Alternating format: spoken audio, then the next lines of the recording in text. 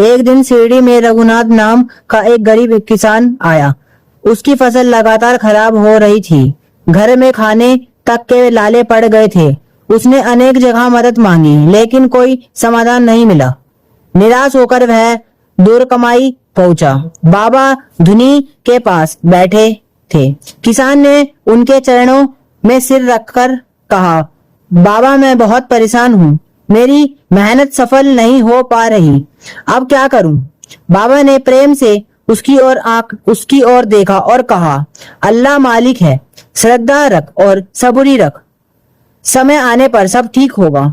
किसान को लगा कि बाबा ने कोई विशेष उपाय नहीं बताया। फिर भी उसने बाबा के वचनों पर विश्वास किया और घर लौट गया। दिन बीतते गए, कठिनाइयां कम होने के बजाय और बढ़ने लगी।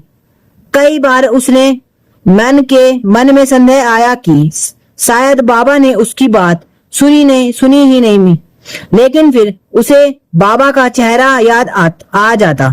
एक रात उसने सपना देखा। सपने में बाबा ने कहा, डर मत, जो हो रहा है तेरे भले के लिए हो रहा है। सुबह उठकर उसका मन शांत हो गया।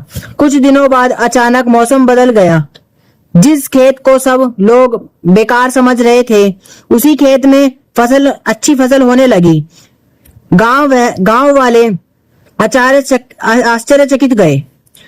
फसल काटने के बाद किसान को इतना लाभ हुआ कि उसने अपने सभी खर्च चुका दिए।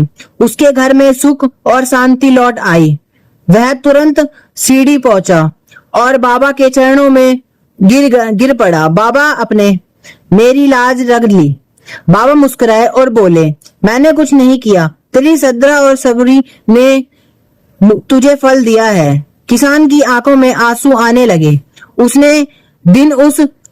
समझ आया कि ईश्वर पर सच्चा विश्वास और धैर्य रखने वाला व्यक्ति कभी हारता नहीं।